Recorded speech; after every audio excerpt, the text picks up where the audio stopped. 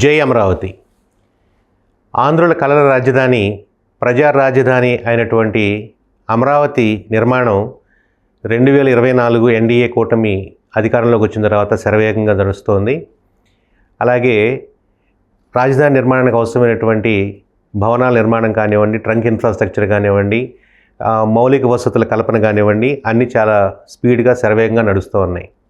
అయితే ఈ రాజధానిని ప్రజా రాజధాని అని, ఇక్కడ ప్రజలు వచ్చి నివసించాలి అన్న ఏ లక్ష్యంతో అయితే మొదలుపెట్టామో ఆ లక్ష్యానికి విఘాతం కలిగించే వాటిలో ముఖ్యమైన విషయం ఎఫ్ఎస్ఏ నిబంధనలు.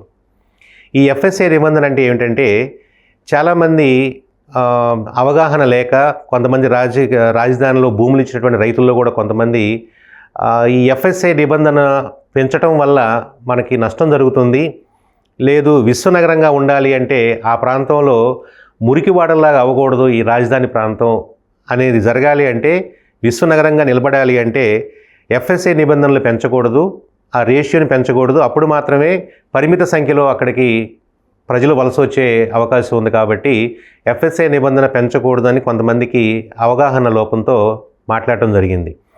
ఇక్కడ నేను ఈ విషయం మీద కొంత అవగాహన కల్పించే ప్రయత్నం చేద్దాం అనేది నా ఈ ప్రయత్నం. ఈ ఎఫ్ఎస్ఏ నిబంధన అంటే ఏమిటంటే ఫ్లోర్ స్పేస్ ఇండెక్స్ రేషియో.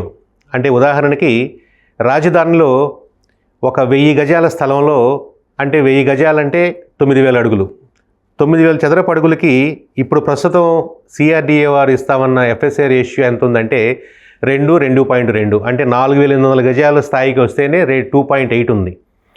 ఈ 9000 చదరపు అడుగులకి ఎఫ్ఎస్ఏ రేషియో ప్రకారం గరిష్టంగా నిర్మాణానికి అనుమతించే స్థలం ఎంత అంటే 9000 ఇంటూ 2.2 వేసుకున్నా కానీ సుమారు 20,000 చదరపు అడుగులు మాత్రమే వస్తుంది. ఉదాహరణకి రాజధాని వెలుపల ఉన్నటువంటి పక్కన మున్సిపాలిటీలు, మన కార్పొరేషన్లు విజయవాడ, గుంటూరు, తాడేపల్లి, మంగళగిరి, లేదంటే గొల్లపూడి ఇటువైపు తీసుకున్నా కానీ అక్కడ కనీసం ఈ ఎఫ్ఎస్ఏ రేషియో 5 కన్నా ఎక్కువ కూడా ఉంది. అంటే ఇదే 1000 గజాల స్థలం కనుక ఒక బిల్డర్ కానీ, ఒక రైతు కానీ, ఎవరన్నా ఒక అతను బయట కొనుక్కోగలిగితే అక్కడ అతనికి ఈ 9000 చదరపు అడుగులకు కాను సుమారు 45,000, 50,000 నిర్మాణ ప్రాంతం అందుబాటులోకి వచ్చే అవకాశం ఉంది. ఇక్కడ రాజధానిలో మాత్రం ఈ ఎఫ్ఎస్ఏ నిబంధనల వల్ల 20,000 చదరపు అడుగులు మాత్రమే వస్తుంది. అదే స్థలంలో బయట అయితే 45,000 నుంచి 50,000 చదరపు అడుగుల వరకు వచ్చే అవకాశం ఉంది. ఇక్కడ కన్స్ట్రక్షన్ కాస్ట్ వచ్చేసి, నిర్మాణ వ్యయం ఇక్కడకి రాజధాని కన్నా బయట కార్పొరేషన్కి పెద్ద తేడా ఉండే అవకాశం లేదు, 100-200 ఉంటే తప్ప. ఇంకా ఒక రకంగా చెప్పాలంటే రాజధానిలోనే కొంచెం ఎక్కువ నిర్మాణ వ్యయం అయ్యే అవకాశం ఉంది. కానీ ఈ గరిష్టంగా అతను పొందగలిగేటటువంటి నిర్మాణ ప్రాంతంలో కనుక వస్తే అక్కడ 45,000, 50,000 వచ్చిన వ్యక్తి కానీ, బిల్డర్ కానీ రేపు మార్కెటింగ్ కోసం దాన్ని ఒక 1000 రూపాయలు చదరపు అడుగు 1000 రూపాయలు తగ్గించే అవకాశం ఉంది. ఉదాహరణకు మీరు తీసుకుంటే 20,000 చదరపు అడుగుల్లో కన్స్ట్రక్షన్ కాస్ట్, నిర్మాణ వ్యయం వచ్చేటప్పటికి చదరపు అడుగుకి 3,000 వేసుకున్నా కానీ 6 కోట్లు అవుతుంది. 5,000కి అమ్ముకోగలిగిన అతను దాన్ని 10 కోట్లకు అమ్ముకోగలుగుతాడు. అంటే ల్యాండ్ కాస్ట్, నిర్మాణ వ్యయం ఎన్ని పాను బిల్డర్ కానీ, రైతు కానీ. అంటే ఇప్పుడు అక్కడ రైతులు 74,000 ప్లాట్లు రైతులకి ఇవ్వబడి ఉన్నాయి. ఈ 70,000 ప్లాట్లని, ఈ నివాస స్థలాల్ని ఏ రైతు తన సొంతగా కట్టుకోలేడు, బిల్డర్ రావాల్సిందే, లేదంటే బిల్డర్ దగ్గర నుంచి రైతు దగ్గర నుంచి కొనుక్కొని ఎవరన్నా బిల్డర్ కట్టాల్సిందే, లేదంటే భాగస్వామ్యంతో అయినా 50-50%, 60-40% ఏదో ఒక రేషియో ప్రకారం వాళ్ళ నిర్మాణానికి రావాలి. కానీ ఇప్పుడున్న ఈ ఎఫ్ఎస్ఏ నిబంధనల ప్రకారం ఇప్పటికి నాకు తెలిసి 3 బిల్డర్లు వచ్చి ఈ ఎఫ్ఎస్ఏ ప్రకారం కడితే మాకు గిట్టుబాటు కాదు అని చెప్పి తిరిగి వెళ్ళిపోవడం జరిగింది. ఇదే ఉదాహరణ, ఇప్పుడు ఇదే 1000 గజాలతో అతను కనుక బయట రాజధాని వెలుపల కనుక కట్టుకోగలిగితే అతనికి వచ్చే నిర్మాణ స్థలాల్లో రేపు మార్కెటింగ్ కోసం అమ్మదలుచుకున్నప్పుడు ఒక 1000 రూపాయలు తగ్గించైనా అమ్మగలుగుతాడు, కానీ రాజధానిలో తగ్గించి అమ్మడానికి కుదరదు. ఇప్పటికే చాలామంది రాజధానిలో రేట్లు ఎక్కువగా ఉన్నాయి, గజాల స్థలాల రేట్లు చాలా ఎక్కువగా ఉన్నాయి, సామాన్యుడు కొనగలిగే పరిస్థితి లేదు అనే ఒక అపవాదం అయితే ఆల్రెడీ చెప్పున్నారు. కానీ అదే స్థలంలో ఈ ఎఫ్ఎస్ఏ రేషియోలో రైతుకి కొంత మాత్రమే రాగలుగుతుందంటే అతను బిల్డర్ కానివ్వండి, రైతు కానివ్వండి, ఏదైనా ఒక మార్జిన్, ఒక లాభం రావాలి అంటే, లేదు తన బిడ్డలకి ఇచ్చుకోవాలన్నా కానీ, రేపు భవిష్యత్ తరాలకు ఇచ్చుకోవాలన్నా కానీ ఒక స్థాయికి మించి అమ్మకపు ధరను తగ్గించే పరిస్థితి రాజధానిలో లేదు. కానీ బయట రాజధాని బయట అదే 1000 గజాల స్థలంలో కట్టుకున్నటువంటి బిల్డర్ కానివ్వండి, రైతు కానివ్వండి, ఎవరైనా సరే ఒక 1000 రూపాయలు తగ్గించి అమ్మగలుగుతాడు. అప్పుడు కొనుక్కునే వాళ్ళు ఎవరైనా రాజధానిలోకి వెళ్తారా, లేదంటే బయట 10-15 నిమిషాల్లో వెళ్ళగలిగేటువంటి విజయవాడ, గుంటూరు, లేదంటే తాడేపల్లి, మంగళగిరి, ఈ గొల్లపూడి ఈ ప్రాంతాలకు వెళ్తారా? అంటే ప్రజా రాజధానిలోకి ప్రజలని రానివ్వకుండా ఆపుతున్నది ముఖ్యంగా ఈ ఎఫ్ఎస్ఏ నిబంధన. కాబట్టి ఎట్టి పరిస్థితుల్లోనూ ఈ ఎఫ్ఎస్ఏ నిబంధనని కనుక పెంచకపోతే, రేషియోని పెంచకపోతే రాజధానిలో ఈ 3 సంవత్సరాల్లో అయిపోతాయి. ట్రంక్ ఇన్ఫ్రాస్ట్రక్చర్ అయిపోతుంది, మౌలిక వసతుల కల్పన అయిపోతుంది, అన్ని ప్రభుత్వ భవనాల నిర్మాణాలు అయిపోతాయి, అసెంబ్లీ, సెక్రటేరియట్, అలాగే హెచ్ఓడి టవర్స్ కానివ్వండి, హైకోర్టు కానివ్వండి, మిగతా ఎమ్మెల్యే ఎమ్మెల్సీ క్వార్టర్స్ కానివ్వండి, గ్రూప్ 3 క్వార్టర్స్ కానివ్వండి, గెజిటెడ్ ఆఫీసర్స్ క్వార్టర్స్ కానివ్వండి, మినిస్టర్సు, ఈ బంగ్లాసు, జడ్జెస్ బంగ్లాస్ అన్నీ అయిపోతాయి. ఆ తర్వాత రైతులకు ఇచ్చేటటువంటి 70,000 ప్లాట్లలో మౌలిక వసతుల కల్పన కూడా పూర్తయిపోతుంది. ఆ తర్వాత రైతు ఏం చేయాలి? ఎందుకంటే ఒక స్థాయికి మించి అతనికి గరిష్ట నిర్మాణ పరిమితిని మించి అతనికి అందుబాటులో లేనప్పుడు దాని నుంచి అతను ఆదాయం పొందాలి అంటే ఏ రేటుకి అమ్మాలి? బయట ఉన్నటువంటి ప్రాంతాలతో పోటీ పడి ఇతను తగ్గించి అమ్మగలడా? అమ్మలేని పరిస్థితుల్లో ఖాళీగా ఉన్న ప్లాట్లలోకి రైతులు, బిల్డర్లు కానివ్వండి, లేదంటే కొనుగోలుదారులు కానీ ఎవరూ రాకపోతే ఈ 70,000 ప్లాట్లు రైతులు ఏం చేసుకోవాలి? ఇక్కడ గమనించాల్సిన విషయం ఏంటంటే, భూములు ఇచ్చినటువంటి 29,000 మంది రైతుల్లో 24,000 మంది చిన్న సన్నకారు రైతులే. వారందరికీ వారికి రిటర్నబుల్ ప్లాట్లో ఇచ్చినటువంటి 1000 గజాలు, 500 గజాలు, 600 గజాలు, 1200 గజాలు ఇవే ఆధారం వారి బిడ్డలకు కూడా. ఈ ఎఫ్ఎస్ఏ నిబంధనలతో వీరికి ఇంతకు మించి పరిమితి లేదు, ఇంతకు మించి మీరు కట్టకూడదు అన్న నిబంధనలు పెట్టడం వల్ల అక్కడికి ఒక బిల్డర్ కూడా రాకుండా, తనందరూ తాను కట్టుకోలేకుండా దాని నుంచి ఏ విధమైన ఆదాయం పొందగలుగుతాడు? ఇప్పటికి 11 సంవత్సరాలు అయింది భూములు ఇచ్చి. ఈ ఇన్ఫ్రాస్ట్రక్చర్ మొత్తం అవ్వడానికి, ట్రంక్ ఇన్ఫ్రాస్ట్రక్చర్ అవ్వడానికి, మౌలిక వసతులు మొత్తం కల్పించడానికి, రోడ్లు, డ్రైనేజ్ సిస్టమ్స్ అన్నీ చేయించడానికి ఇంకో 2 ఏళ్ళు పట్టొచ్చు. అంటే 13 ఏళ్ళు అయిపోయింది. ఆ తర్వాత ఆ రైతులకు ఇచ్చినటువంటి ఈ రిటర్నబుల్ ప్లాట్స్లోకి బిల్డర్లు కానీ, బయట కొనుగోలుదారులు కానీ ఎవరూ రాకపోతే ఆ రైతు ఆ ప్లాట్ని ఏం చేసుకోవాలి? కాబట్టి ఇప్పుడున్న ఎఫ్ఎస్ఏ నిబంధనలను దయచేసి అందరినీ కూడా ఈ విషయంలో ఆలోచించమని కోరుతున్నాను నేను.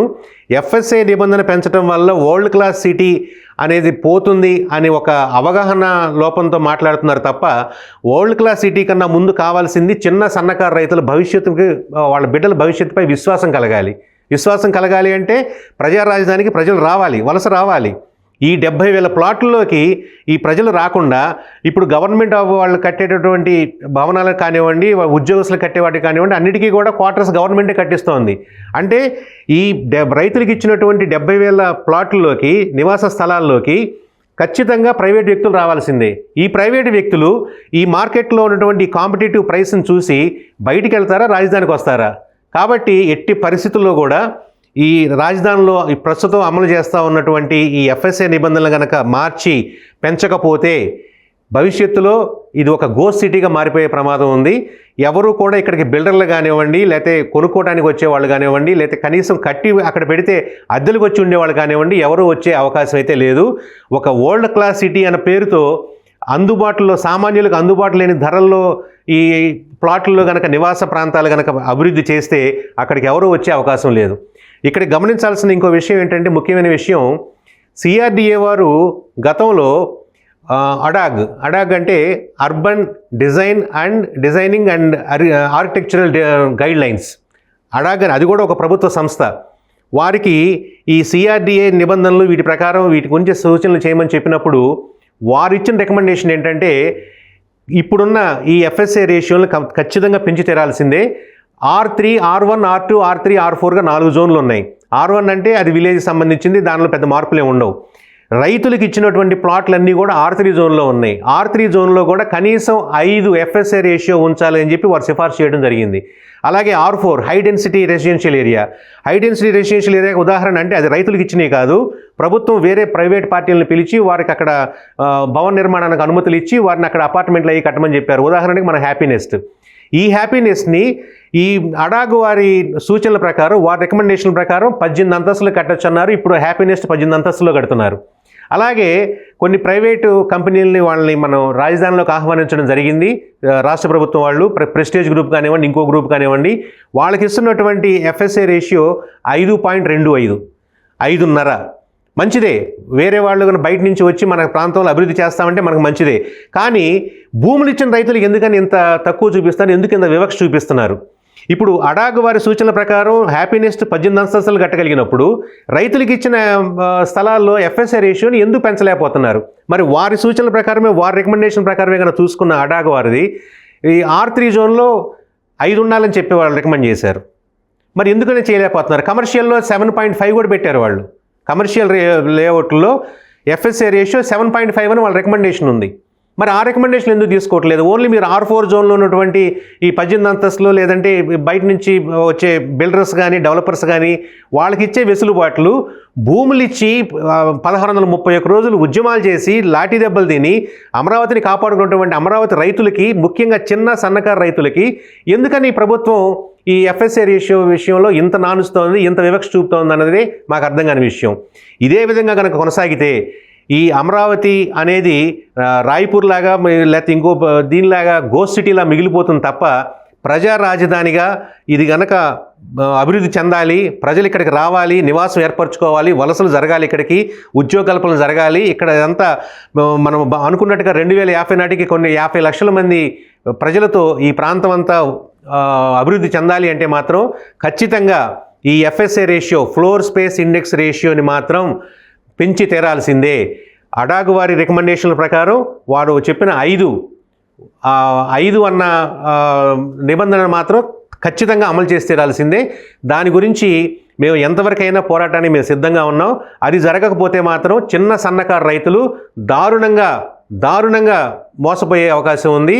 వారు అంటే కొంతమంది రైతులు కూడా తెలియక ఏం చెప్తా ఉన్నారంటే, ఎక్కువ మంది ప్రజలు వస్తే విశ్వనగరంగా అది వరల్డ్ క్లాస్ సిటీ లాగా ఉండదు, చంద్రబాబు నాయుడు గారు ఆలోచించి ఈ ఎఫ్ఎస్ఐ రేషియోని తగ్గించారు అంటున్నారు.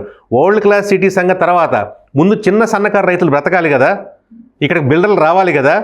కాబట్టి ఎట్టి పరిస్థితుల్లోనూ ఎఫ్ఎస్ఐ రేషియోను పెంచి తీరాల్సిందే అని మేము డిమాండ్ చేస్తూ ఉన్నాం. జై అమరావతి.